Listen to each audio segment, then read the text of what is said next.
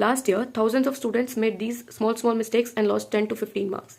अभी हम उन सबको रिव्यू करेंगे एंड विल मेक श्योर कि हम ये सारी मिस्टेक्स हमारे एग्जाम्स में ना करें, because 1 mark can cost you your percentage. Social के एग्जाम में आपको पेपर नहीं भरना है, आपको वो लिखना है एकदम सिस्टमैटिक ऑर्डर में, क्योंकि एग्जामिनर के पास बहुत सारी कॉपीज होती है। उसको ये फर्क नहीं पड़ता कि आपने कितना लिखा है, उसको ये फर्क पड़ता है कि आपने क्या लिखा है।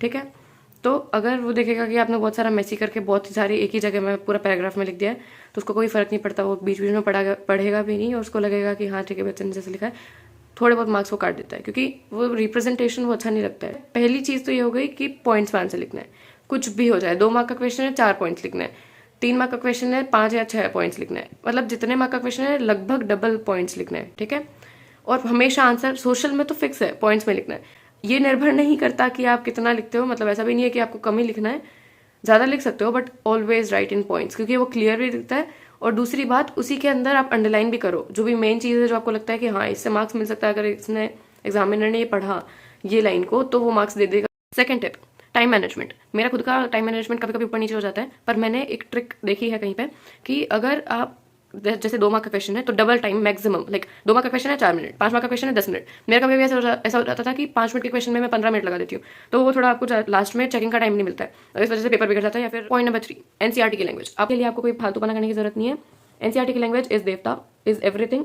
तो अगर आप एनसीईआरटी का, अगर आपको कोई लाइन याद आ रही है एनसीईआरटी की, तो एज इट इज छाप के आ जाओ, क्योंकि जो आंसर शीट देखी है मैंने, देखी थी मार्किंग स्कीम वाली इसी साल के सैम्पल पेपर की, उसमें जो आंसर्स है ना they are exactly from NCERT, मतलब वही की वही लाइन्स होती है। तो अगर एग्जामिनर को मिलता है कि वैसा का वैसा कुछ लिखा हुआ है तो वो बिंदास मार्क्स देता है। तो थर्ड थिंग इज एनसीईआरटी के आंसर लिखो। मैथ वर्क 5 मार्क का है, तो उसको देखते हुए अगर आप 2 बार भी 3 बार भी देखोगे ना दिन में, तो याद हो जाएगा कि यहाँ पे नाम रूप है, यहाँ पे वो, मतलब बहुत सारी चीजें मैंने कैसे याद करी पता है कि छत्तीसगढ़ है, छत्तीसगढ़ के बीच में एकदम मिड में है दुर्ग। ठीक है, उसके नीचे जाएंगे तो बेला डेला, शायद मेरे को याद नहीं है, अभी मैंने वापस देखा नहीं है, बट हाँ map work is very important. Map work आ गया तो मतलब 5 मार्क पक्के हैं। पर अभी मैंने जब प्री बोर्ड दिया था तो मेरे बहुत गंदे आए थे, मतलब 3 मार्क आए थे 5 में से, क्योंकि मैं करके भी नहीं गई थी, मैंने चोरी चोरा कहीं और लोकेट कर दिया। मतलब मैं उत्तर प्रदेश नहीं सॉरी, मैं मध्य प्रदेश में करके आ गई थी शायद, पता नहीं कुछ तो करके आई थी मैं।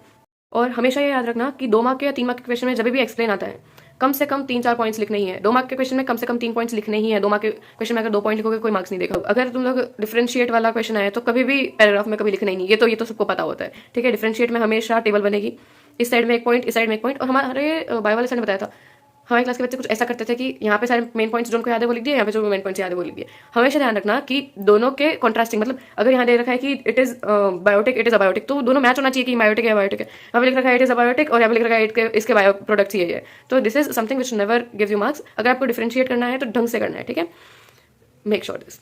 एसएसटी हार्ड नहीं है, एसएसटी बस थोड़ी सी पता नहीं चलता कहाँ पे क्या करना है, और प्रेजेंटेशन में मार्क्स करता है एसएसटी में, है ना। तो अब हमको ध्यान में है कि हमको क्या क्या करना है। So work smarter not harder, achieve what you want. Okay, done. Subscribe करके जाना।